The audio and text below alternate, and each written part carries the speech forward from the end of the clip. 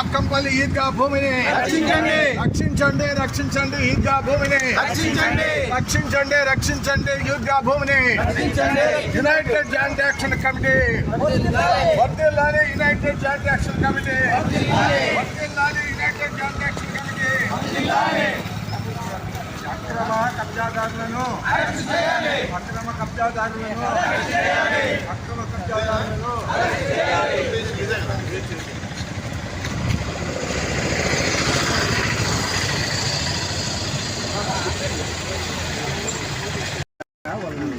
అన్నయ్య తీస్తానండి. అది పోలీసా ఎస్బీదా ఎస్బీ అన్న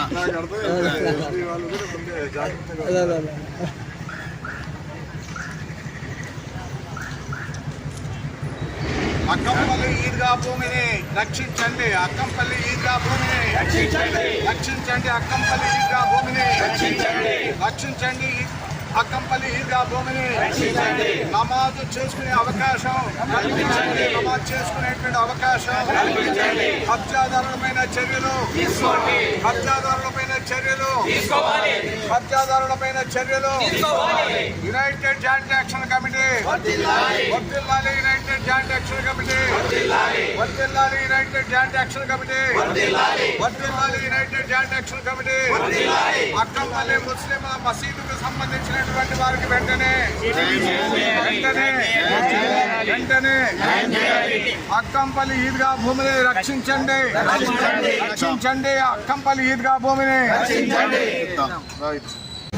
రక్షించాలని చెప్పి న్యాయం చేయాలని చెప్పి ఇక్కడ రాప్తాడ రూరల్ డిఎస్పీ దగ్గరికి రావడం జరిగింది. 20 సంవత్సరాలుగా ఈద్గా దగ్గర నమాజ్ చేసుకునేటువంటి ముస్లిం సోదరులందరూ కూడా వాళ్ళంతా కూడా భయభ్రాంతులకు గురవుతూ ఉన్నారు. మా భూమిని ఇవాళ బాగున్నటువంటి భూమి అడంగల్లో కూడా ఇవాళ రికార్డులో ఉన్నటువంటిదంతా కూడా బాగానే ఉంది, లైట్లట్లో కూడా బాగానే ఉంది. ఇటీవల కాలంలో 2 సంవత్సరాల కాలంలో ఇవాళ తిరుపతి అనేటువంటి వారు వస్తా ఉన్నారు. నేను ప్రభాకర్తో కొన్నానని అంటా ఉన్నాడు.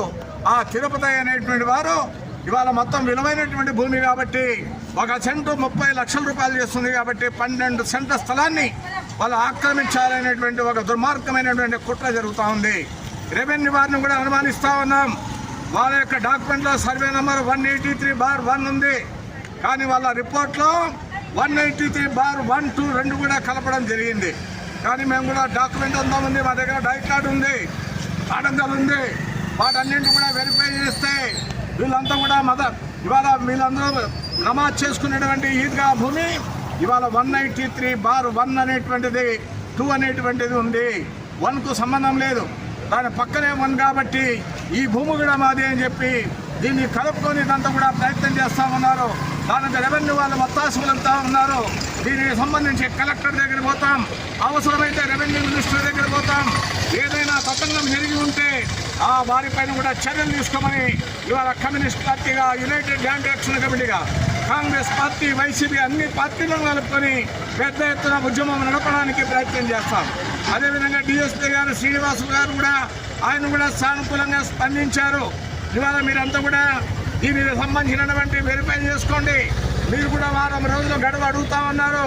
ప్రధానంగా మాకు ఎంఆర్ఓ నుంచి 2-3 దఫాలుగా దీనికి సంబంధించినటువంటి మొత్తం అంతా కూడా ఆర్డర్స్ ఇస్తామన్నారు. అయినా కూడా మేము ఓపికగా ఉన్నాం. కానీ మీరందరూ కూడా దీనికి సంబంధించినటువంటి సమాచారాన్ని సేకరించండి, రెవెన్యూ వారితో కలవని చెప్పి వారు కూడా చెప్తా ఉన్నారు. అందుకే మేము కూడా వారి దగ్గర కలవడానికి ప్రయత్నం చేస్తాం. ఎంఆర్ఓను కలుస్తాం, ఆర్డీఓను కలుస్తాం, కలెక్టర్ను కలుస్తాం. ఇందాక నేను చెప్పినట్టుగా మినిస్టర్ను కూడా, రెవెన్యూ మినిస్టర్ సత్యగాని అనగాని ప్రసాద్ని కూడా వారిని కూడా కలిసి ఈ ముస్లింలకు అందరికి కూడా ఈద్గా భూమి దక్కేంత వరకు వాళ్ళ తరఫున నిలబడతామని చెప్పి యునైటెడ్ జాయింట్ యాక్షన్ కమిటీ తరఫున తెలియజేస్తా ఉన్నాం. United joint action committee